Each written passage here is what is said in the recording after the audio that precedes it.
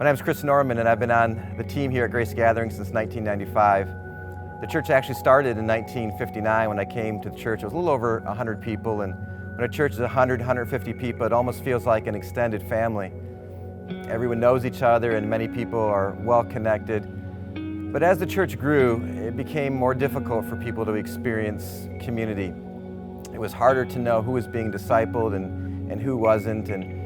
And as we began to grow, we realized that just because we were growing numerically didn't necessarily mean that we were growing spiritually. As we continued to grow, we sold our building, moved into a high school for about 4 years, then built a new building on 83 acres of land that we had purchased. And we did all the research prior to building that facility. I mean, we did our research from programs from the cradle to the grave, and I just finished my doctoral degree, and we were developing a great staff, and within the first year of being in our new facility, we had grown for like 40%. And so from all external appearances, the ministry was going very well, and we had a lot of church success. When Chris and I got married, I had great dreams that we'd be in ministry together. However, over time, it just became quite clear what my role was to be, and that was to be a support to Chris. He'd be leading the church, he'd be casting vision for the church. And by the time I would catch up with him on his latest and greatest idea, he had already moved on to the next dream and vision. After about 10 years of this, I just went on a slow fade of isolation. I didn't feel like we were partners in ministry. I didn't feel a part of the church. To be honest, I was really hurt and disappointed, and I knew that something had to change.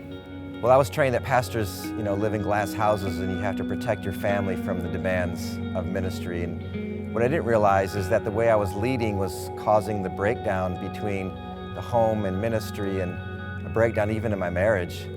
And while that was going on, I was beginning to recognize that while we were growing numerically as a church, we really didn't have an intentional discipleship strategy, and people were feeling more and more disconnected. And we didn't know what to do, but we knew we needed to do something, and so we tried to launch these 25 missional community groups all across the city, and that's what we did. And the problem is that we didn't really know what missional communities were, and we had no intentional discipleship that was undergirding all of it. And sometimes you just try stuff, and you just see what works and what doesn't work. And I was at the point where someone said, well, you should go to Sheffield, England, and learn from a church and leaders there that have been training people how to be missionaries in a post-Christian culture, and how to do that in community with others for 20 plus years. And so a couple of us went over there, and we were very moved. I mean, we saw a large church that had 20 plus years of living out an intentional discipleship strategy.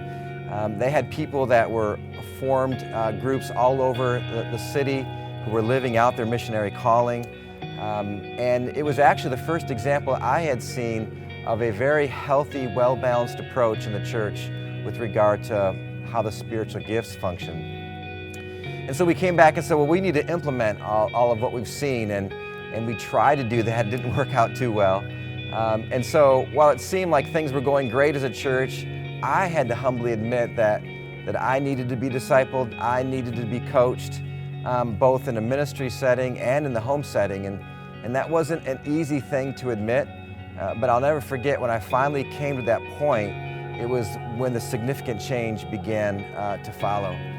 I mean, for us as a church, we would have mainly seen discipleship as kind of a transfer of information, learning the Bible, learning doctrine, all of which is really, really important, but incomplete. And the first thing that kind of got challenged is this redefinition of discipleship as learning how to be like Jesus and doing the things that Jesus did. And that became part of what we were moving toward.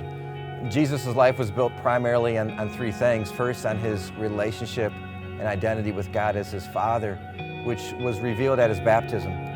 Second, his mission of bringing forgiveness and freedom to all those who are broken, which was revealed when he went to his hometown in Nazareth. And then third, to live out his calling by building an extended family that would do this together, which began when he chose a handful of people to disciple. And discipleship means we're going to do the same three things in our own lives, and we're going to train others to do that and follow Jesus' example as well. The biggest thing was Chris was beginning to be discipled in a different way. He began being able to see partnership and ministry modeled to him in ways he had never seen before. And I began to see significant changes in the way he related to me, the way he related to our kids, the way he related to other people, just in the church or even on the street.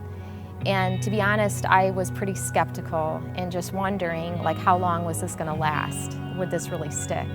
Yeah, I was really starting to grow in some of these areas of marriage partnership in ministry. And it was something, as I began to learn, began to realize that growing and managing a church is how I was trained, but it's much different than leading a spiritual family.